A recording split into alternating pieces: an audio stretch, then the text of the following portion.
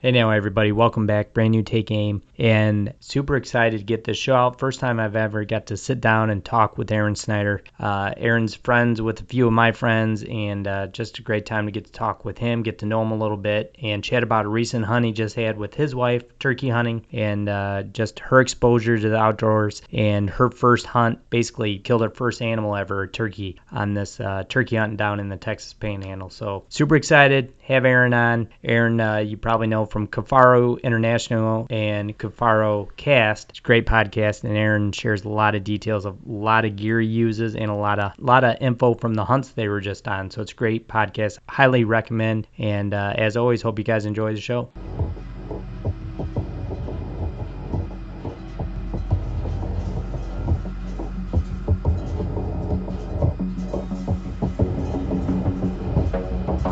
Okay, hey now everybody, welcome back, brand new Take Aim Outdoor Podcast, and happy to get a new show out, and happy to have this guy on the other end of the phone, Aron Snyder. Welcome to the show.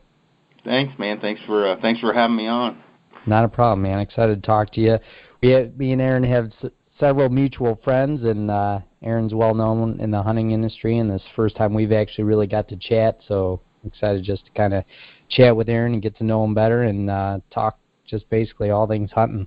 Yeah, this will be actually everybody will get to listen in to you and I getting to know each other, because we really haven't talked more than 3 minutes at one time. So No, we haven't, not yet anyway. So, but I know you just got back from Texas with Scotty Campbell. How was that trip? I know you guys shot some birds, you and your wife. Yeah, we did. It was good. It was my wife's the first animal ever, bow gun, first time hunting. So that was super cool. And then she shot her bird actually when she was with me, but she hunted with John Gibbs mostly, and I hunted with Scott. And then Scott and I guess on the last night ended up shot 3 birds in one night, which I've never done, especially with a stick bow. So that was pretty crazy. And Scott's just an awesome guy. He makes me laugh. Hey, the building's on fire. You should probably get out of here. I mean, he's just calm all the time. So. All the time. Yeah, he is. He's something special, man. He's the greatest. I've known him for like probably 10 years now, and he's always been that way, and I don't know. He's just one of those guys at least in my opinion, I can't wait to spend time with him. You know, he's just one of those, he's a super high-quality person, and just his mannerisms crack you up. I just always want to be around Scotty. Yeah. Oh, yeah. I've got a whitetail hunt. I'm gonna go down, and I might go down and try and hunt outad again with him, or pigs or something. But yeah, exactly. He's a hard guy to not only just to not like, but to not help out in the sense of, you know, like I clothing or backpacks. I'm like, yeah, man, I'll send you one. And he's just a good dude. He's one of those rare few guys that you know is not taking advantage of you, and is just a truly good-hearted person. Yeah, he truly is, for sure. So tell me about this with your wife. How cool is that? And what was kind of the thought process for her leading up to the hunt, and how did she feel and all the way through it, you know, harvesting her first animal? Oh, it was yeah, I knew my wife a long time ago. We kind of dated, and she always wanted to go backpacking. And anyway, years later, got back together, and I started taking her backpacking in like 2016, and she was like super addicted to it and loved backpacking and fishing and the whole, you know, everything about it, and wasn't really into hunting. And when we were backpacking, she didn't eat red meat at all, or any meat for that matter. And then obviously living with me, she started to, and then started to eat it every night. Moose or goat or sheep or deer, whatever, elk. And then she wanted to get a bow. At first she didn't have any part of it. Not that she was just like, it's just not for me. Well, somewhere in the middle there we got her a bow, and she started shooting that. And then I asked her, I said, hey, you want to go turkey hunting? You know, Scott said you could come down. It's a good animal to start with, and for whatever reason in the United States, turkeys don't have souls, so it's okay to shoot them. It can be the same way with her. So fish and turkeys and chickens just get the shitty end of the stick. So, you know, we went down there, and I tried to prep her for the adrenaline, and your brain doesn't work right, and it didn't work. None of that shit happened. She missed a bunch of them at first, and I say a bunch. She missed a few. Just nerves, It's hard, that first animal, and she was super excited. She was like really having fun, but she kept apologizing to John that she was sorry she missed, and I was like, hey, you don't need to apologize. Believe me, there's no one in this camp that hasn't missed. I'm telling you, like, it happens. Just keep shooting. Don't worry about it. Try to stay calm. And I don't know, on the third, I think we were there 4 days. On the third night, I asked her if because I make her nervous, not from anything I say or do, just being there makes her nervous. And I was like, hey, do you mind if I sit with you tonight? And so we sat there, and a bearded hen with like a 10-inch beard came in. No way. And I'm like, hey, I said, shoot that hen. And, this is, some people don't think you should or whatever. I don't care. We saw a bunch of them, but I'm like, hey, you're not going to see another one of them for a while. I said, I'd shoot that thing. It's cool. If you don't, I will. And she was laughing. And she's like, are you sure? I'm like, that thing's got a beard dragging the ground. Like, right. It's pretty freaking cool, honey. And anyway, she shot, she missed, and they took off, and I was like, hey, look, there's birds everywhere around us. Don't worry. Like, just stay calm. And, another big tom came in, big tom, and it was one of those, they rushed into us to the deeks, and, it was like boredom to, oh, my Lord, birds everywhere, full strut, and they're zigzagging, and, I'm not doing a great job. I was like, okay, all right, go ahead, take it. And then, like, 3 seconds later, it moved, and I'm like, all right, wait. And then I'm like, all right. And, well, finally I'm like, just let down. I can't get it to stop. And so I said, hey, when you go to full draw, I'm not going to tell you when to shoot. I'm going to hit the call, and it'll stop. Be on it, and as soon as it stops, don't rush the shot, but take it. And she shot. She just blew feathers off, and she was like not happy. She wasn't pissed. She was just depressed. And I'm like, look, it's a little target. It'll happen. Just stay calm. Well, towards the end of the night, there was one out there at like 35 yards, and I'm like, hey, do you want to shoot at that one? Then this is arguable ethics. And she's like, I don't know, and she's like, I might not hit it. And I kind of looked over to the left. I'm like, yeah, but you might. And I've seen you shoot. You are money at 35. You're missing at 15 and 18 because of your brain. It is not your shooting ability. Right. And I said, just calm down, put your pin on it, and shoot it. Well, I think because she thought she should miss at 35, she 12-ringed it and killed it.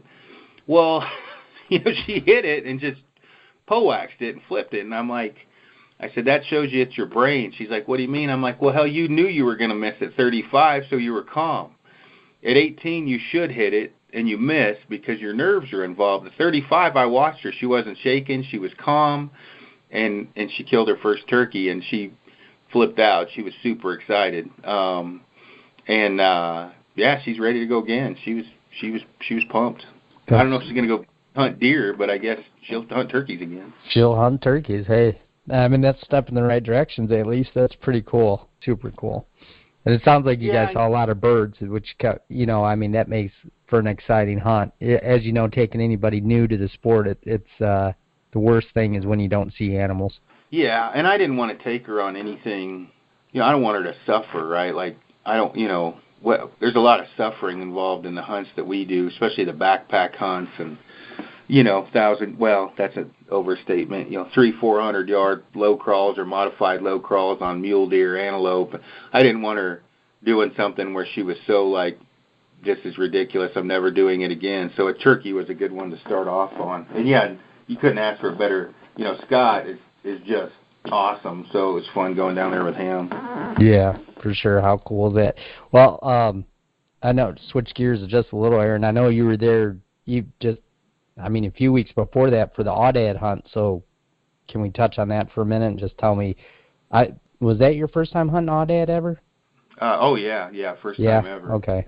So give me the whole thought process of how you felt that hunt went, because I know when you look at what Texas is up there in the Panhandle, you don't think it's much, and then you get in some of that country, and it's like, I mean, not relatively speaking for you being in out west, but like me, a Michigander, you get there and you're like, dang, this is pretty rugged country, and it's really neat hunting.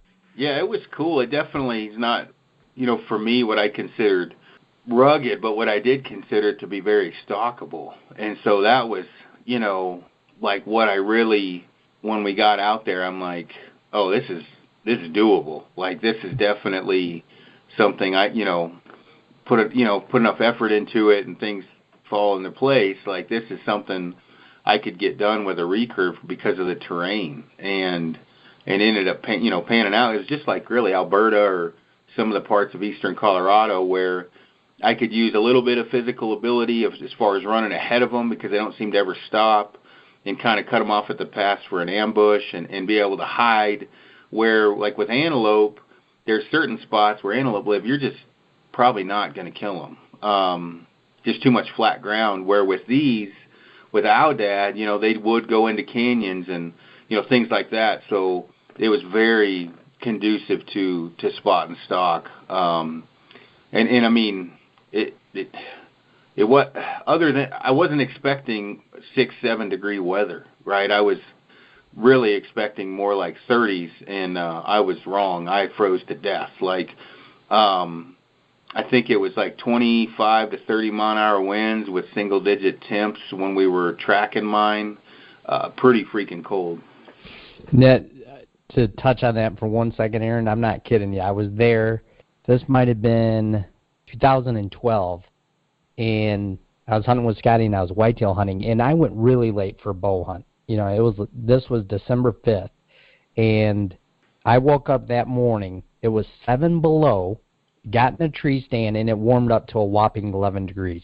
It was so brutal, like I still remember it and feel it in my bones, because I didn't pack, probably like you is what I'm getting at, I didn't pack those types of clothes, and I was in just like the, what would be like the Sitka, like 90% jacket, or I think they used to call it that.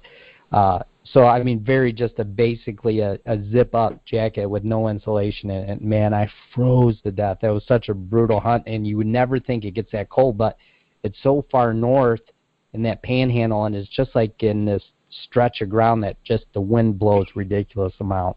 Yeah, it's horrible. And I luckily had some prototype stuff from Sitka that Barklow had sent me, and I thought, well, I'm probably not going to try out anything cold weather down here, but I'll bring it. Well, thank God I did. And I had, if I wouldn't have had the gear I had, I would have really been in trouble.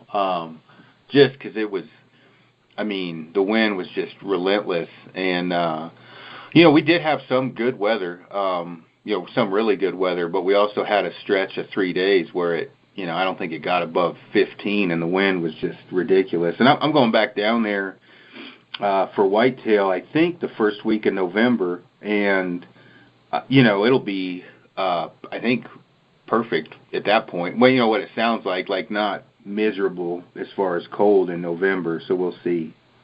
Yeah, I've been there around Thanksgiving, Aaron, and it might have been even Thanksgiving. I'm pretty sure I had Thanksgiving dinner with Scotty, and it was cool in the mornings, like around the 30 mark, which is really nice for whitetails.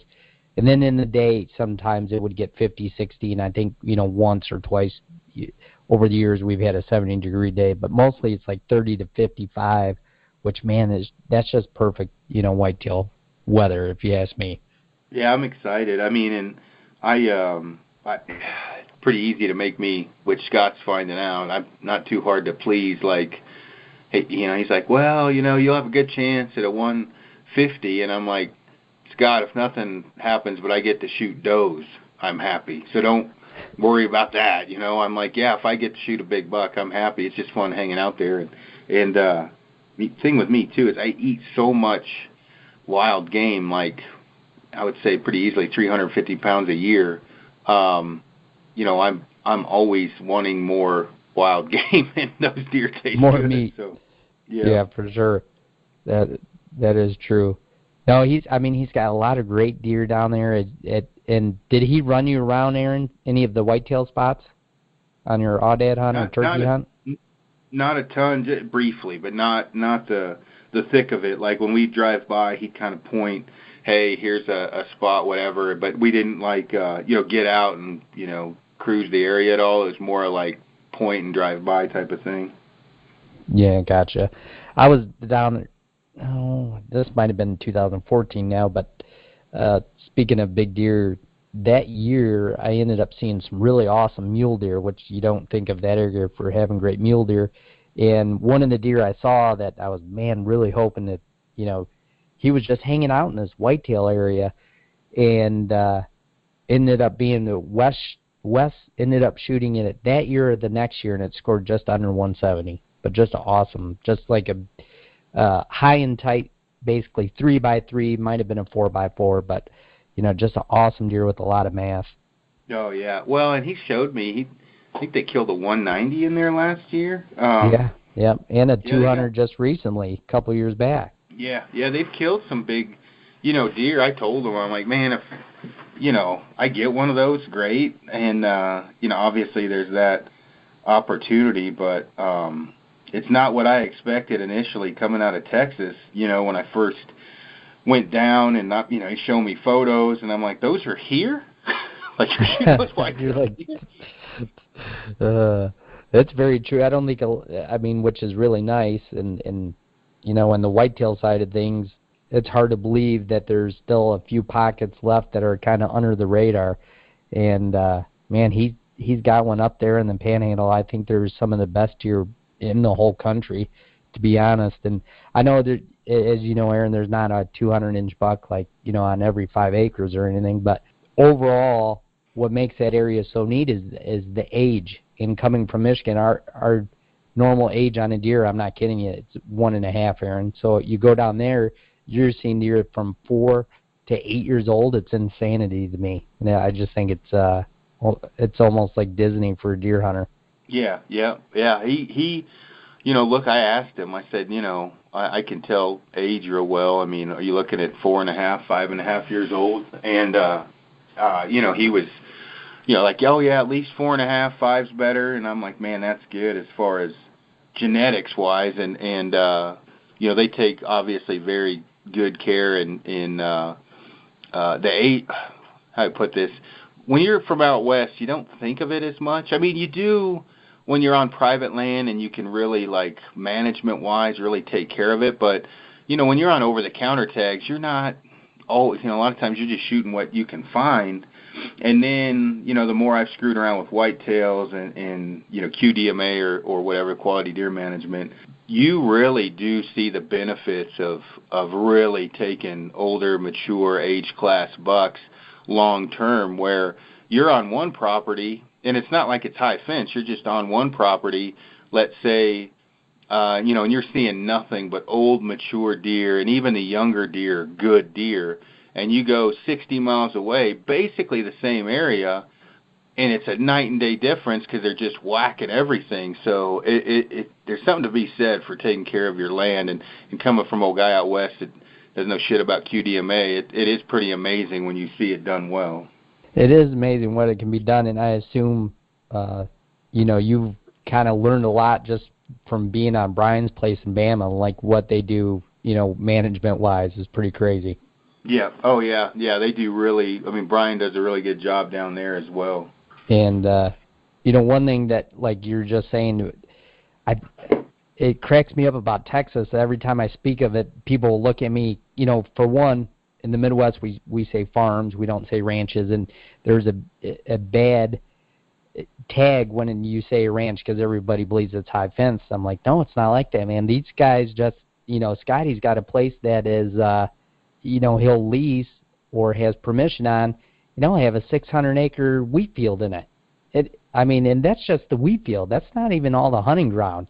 It just is such a different world because we're so used to hunting 10 acres or 15 acres, 40 acres here that everybody, puts that sad high fence thing on Texas, which is, kind of crappy to be honest, but it's just such big land down there is what I'm getting at, that acreage-wise, that some of these deer can just age up the way they do.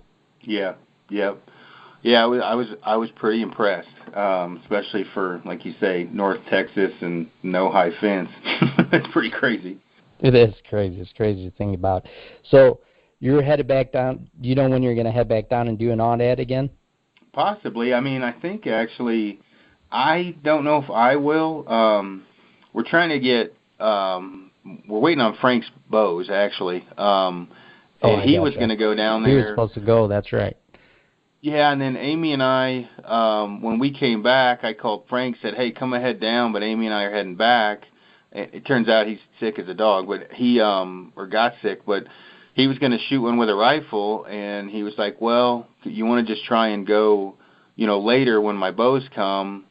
And he still hasn't got his bows, so it's a good, I mean, we were hoping he'd get them where when we were here, dial them in, but we're probably going to go down there if we can, like sometime in May. It just depends, right? It gets too hot, we probably won't go back down there if it's in July because I'll die. But if not, obviously we're going this next year coming up, and we're actually doing a big giveaway for that for guys to come down and hunt with us, Frank and I and Scott. So yeah, actually speak on that real quick, Aaron, where they can get details for the giveaway. Well, on the Kifarucast Instagram page, it's pretty simple. You just get on there and follow, the partners we did the giveaway with, and then tag a buddy, and you're entered to win. And it's just Kifarucast. And there's a bear hunt we're doing with Primitive Outfitting up in BC next spring, as well as not really spring, but whatever, January, February time frame with Scott, an Aoudad hunt. We're giving away that, and then just a package of gear. So three different prizes, two of them being hunts, and one of those hunts being Aoudad with Scott and Frank and I. And I think Brian's going to go Broderick as well. That'd be cool. And what will be the time frame on that one? That'd be next year?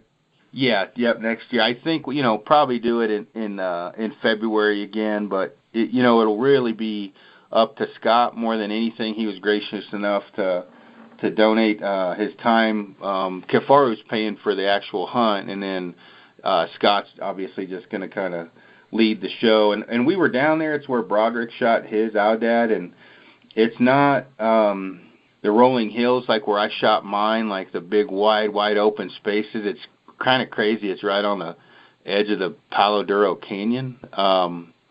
And they hang out on these wheat fields up above. And actually the most success we found was poor Scott going all the way around the field and pushing them to us, and then they just they wouldn't run, they just kind of meander and head down to the Palo Duro Canyon, and you'd wait on these game trails, and it was not what I had expected, but it was super cool. So that is super cool. I think that hunting that whole area is really cool. I told Broderick last time he was on the podcast that which you might know, Aaron, but that canyon, it is the second biggest canyon in the U.S., which is really neat to think that you can be in there hunting right along that canyon is something unique and kind of one of a kind. And I just give a lot of credit to Audit. I just think that's such a special hunt. And as a bow hunter, I think I've just put it way up there on kind of the Mount Everest of awesome animals to kill with a bow. Yeah, I would agree. It's pretty crazy, and hunting on the edge of that canyon is just crazy because you're right on basically something the size of a Grand Canyon. I mean, it's not that big, but they dump into that canyon. Yeah, and so initially I was hoping to shoot one on the cliff edge of that canyon. It just didn't work out that way, but meaning when we got on that property. But there is a pile of Aoudad in there, so it'll be whoever wins, I'm sure will be happy with the hunt. Yeah, for sure. I mean, you're winning a once-in-a-lifetime hunt, if you ask me, and super exciting for all you guys, to do a giveaway of that magnitude. So I appreciate that. That's good stuff for everybody in the hunting industry and everybody, on the outside looking in to get involved and to do a special hunt like that's really unique. Yeah, I'm excited. I think, it's good for everybody. For sure, but I'm excited to get down there. I'm going to be hunting with Scotty later this year in in October. Me and him are just going to hang out for a week and do some hunting together, so that should be fun. I can't wait to get down there and hang out. Me and him are going to bow hunt for a week, probably do some mule deer and whitetail hunting, so it should be super cool. Oh, heck yeah. Where are you at in Michigan? I'm in southern Michigan, Aaron. I am, long story short, but I was about 20 miles from Indiana. I had a business out there for the past 9 years, and my wife and son have been 25 miles south of Detroit. So we're halfway between Detroit and Toledo, and or if I was out where my business is, I'm about 20 miles north of Indiana. So I'm back home now at the moment, and I still hunt out there, so it's basically like a 2-hour jog west. And that's where a lot of my hunting farms are that I actually, deer hunt and turkey hunt on. I was just out there this week. Monday was our opening day of turkey. So just out there and just came back, actually. Oh, gotcha. Cool. Yeah. So, but sadly this area, we're right on kind of the edge of suburb mania. And where I live is really nice. There's a lot of farm ground and a lot of country, but you go 10 minutes the other way and it's like you're in, cement city, so to speak.